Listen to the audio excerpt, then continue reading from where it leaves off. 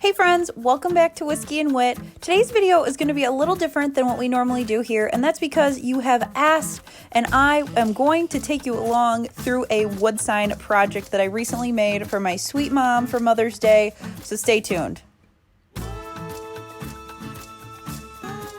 So to kick off this teacher sign, you're going to need some of these foot-long garden stakes. They were like $3 for this whole pack at Home Depot, and they perfectly resemble a pencil.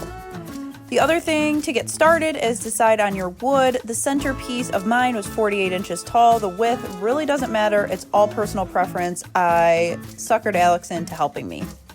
Then you're going to want to sand down both your board and your little garden stakes, just so then that way, one, you don't get splinters, two, if this is going to be in a school, you don't want the kids to get splinters, and three, it just makes it look better. Then I grabbed my all-time favorite Minwax, wood stain, and dark walnut, and I went to town, and I made sure that all the nooks and crannies were covered. I stained the front and the back because if this for some reason is leaned up against a window, you want the back to be finished.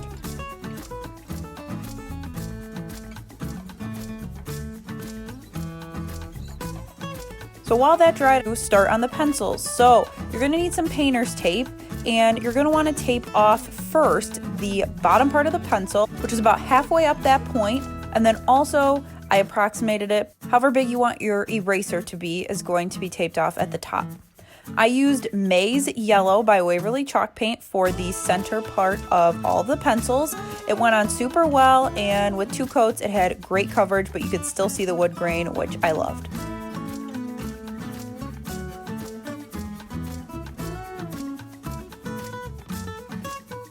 Pencil step 2 is I grabbed some black, which is ink from Waverly, and I went ahead and did the tip of the pencils, and I made sure to get both sides. As they're going to be nailed on the sign, you're going to be able to see them.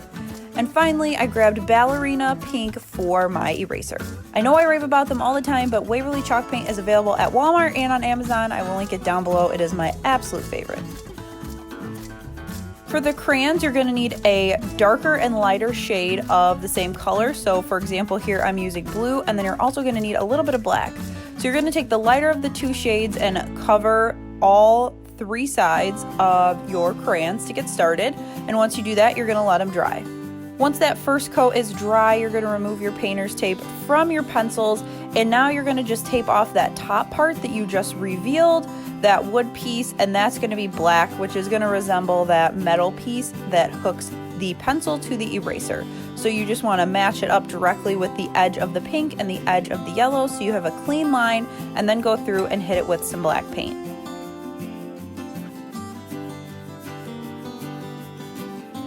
Now the crayons are a little bit more freehand than the pencils, but you can still use the painter's tape. So you want to tape off the bottom, but a little bit more than your pencil lead. You want the whole bottom triangle, if you will, to be your crayon, and then also the top of the crayon, which kind of pops out of the paper. So I painted both of those, and then I freehanded a kind of oblonged oval in the center of each crayon to represent the crayon paper.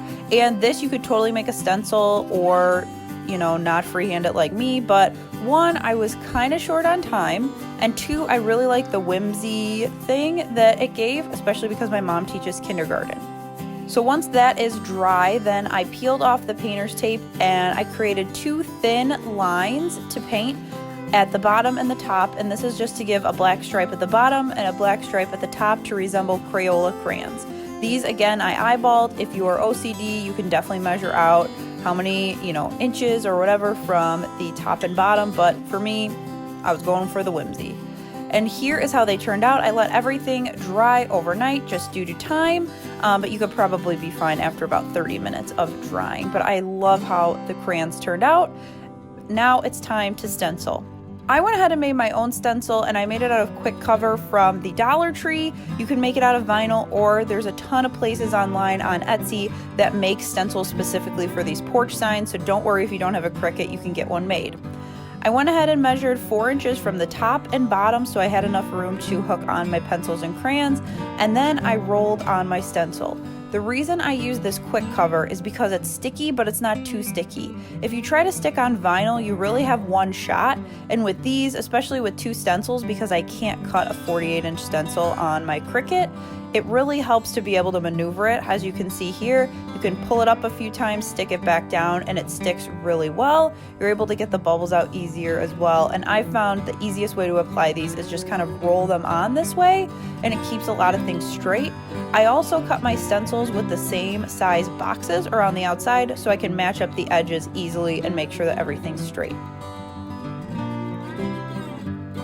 Once I made sure that all the bubbles were out and all of the edges, especially around where the stencil was going to be painted, were pushed down, then I went through and made sure that all of the edges that I could possibly get a little messy on were taped.